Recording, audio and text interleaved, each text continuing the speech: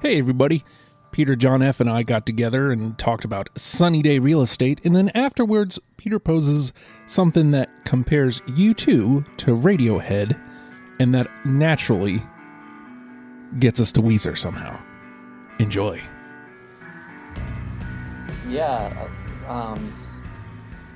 I felt that Zooropa walked so Kid A could run. Like, both U2 and Radiohead, had a really successful album at the height of their powers, and they're like, yeah, let's just put out 10 songs of electronic shit and see what happens. Yeah, blips and bloops. Yeah, I don't like U2, first of all. Ah, It's not something I ever really go back to. But yeah, I think the whole Zooropa, even some of the Octung Baby stuff, like they just come off as so pretentious, and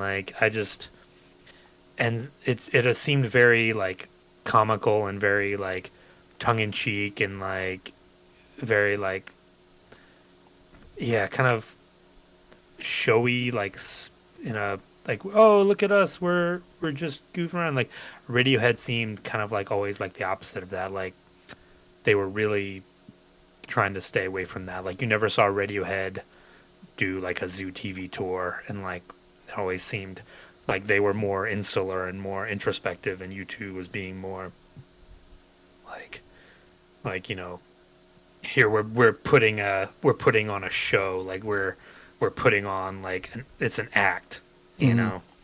So I mean, and that could be just because I like, and I don't know, I haven't listened to any of these, like you talked about that Lemon song. Like, I have not heard that song in 25 years at least. So that could be part of it. Is that I just don't ever go back to it. But that's just my thoughts on it.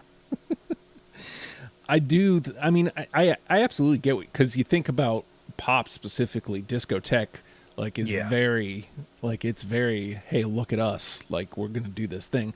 But that's also kind of what I love about it, like how showy it is, there's almost like a Vegas thing to specific. I mean, I know musically it's more Euro, but like discotheque specifically makes me think of a Vegas show.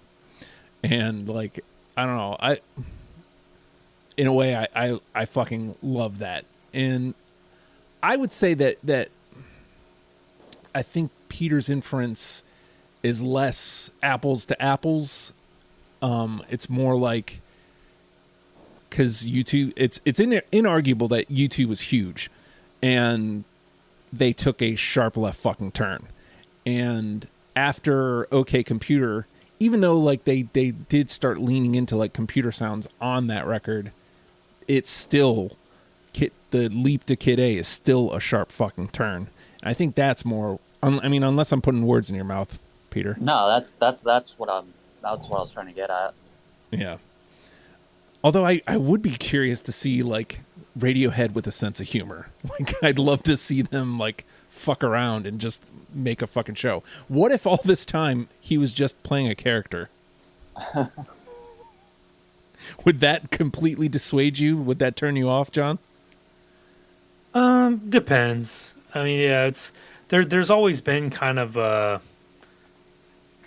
there's always been kind of a wink to some of their stuff, like yeah, like, and then some of the videos, especially, like they do have a sense of humor, and like live, especially if you see them, they do a lot more stuff and they play around. But I they're the thing is like they're not, it's they don't come off as like full of themselves. They just seem very down to earth, and like we come on, we play the music. That's what it's about. Like those are the bands that I like. That like. It's about the music. It's not about the persona. It's not about the act. It's not about, how much money we made here. It's not about, moving units and all that. It's about let's play the music and let's let that be the focus. I've unfortunately yet to see Radiohead. One of the few bucket list bands I have. Yeah, I've seen them 3 times, maybe 4. Yeah, 3 times I've seen them. Yeah. I don't even know who else would be on my bucket list at this point. I saw Weezer, and they were a bucket list band, and I'm like, oh man, I finally checked them off the list, and this is what I get. Aw, bummer. I saw them with Panic at the Disco, and like, I'm willing to give Panic a shot whenever they come up on the show, but they are starting from way fucking behind because I never really liked any of their radio stuff. And then when I didn't even see them, like we were at a restaurant, I went with Matt Wade, and he was eating a sub, and we were sitting there, you know, like half a mile away from the amphitheater where we were going to see Weezer, and I could hear them covering Bohemian Rhapsody, and it was one of the worst things I've ever heard in my life. I was like, this is terrible. Who is this? Panic at... ugh. What are they doing? What song did Weezer just release a cover of? Some Metallica song or something? Oh, yeah, really? They did Enter Sandman. Ugh. Oh, come on. Yeah. Of all the Metallica songs, I mean... we were listening to it at work and, like, laughing at them. Yeah. They've finally reached that point. Like, Red Album, I was able to laugh with them still.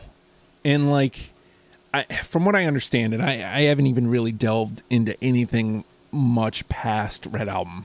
Like, here's an alternate history for you. Like, what if everyone hadn't hated Pinkerton when it came out and hadn't, like, broken his mind? Yeah, seriously. If that had come out and been, like, what would they have continued to be? Like, if Matt Sharp hadn't left to do the rentals, like, what would they have gone on to do? Interesting exercise there. What would Weezer have gone on to do? You tell me. If you'd like to hear the rest of that conversation, it is from After the Fact number 88. You can get that by going to patreon.com/ohhijustin. $1 a month gets you in the door and gets you all sorts of great bonus content and other audio content for $1. Great news, everybody. Also, if you'd like to hear our conversation on Sunny Day Real Estate, it's forward one episode, so just push play.